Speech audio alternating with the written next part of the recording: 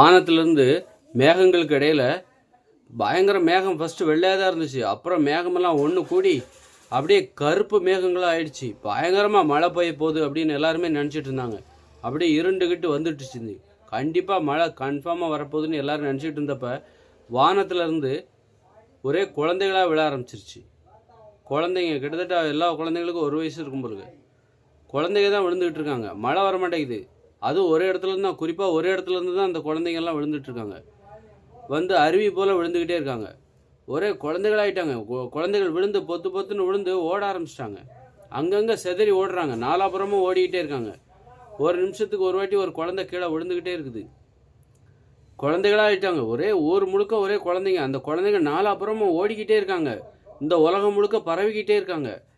ஆனால் அந்த குழந்தைகளுக்கு தலையில் ஒரு கொம்பு இருக்குது.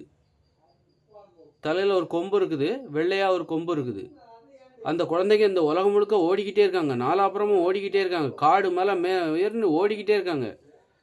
அப்படியே உலகம் முழுக்க அவங்க பரவிட்டாங்க. உலகம் முழுக்க நிறைஞ்சிட்டாங்க. அதுக்கப்புறம் தான் இருட்ட ஆரம்பிச்சிச்சு. அப்புறம் தான் அந்த குழந்தைங்க விழுறதே நின்றுச்சு. இந்த மாதிரி தான் நடக்க முடியாத சம்பவங்களை நம்ம கதையாக கற்பனை பண்ணி சொல்லணும். அதுக்கு பேர் தான் கதை சொல்லுகிற கலை.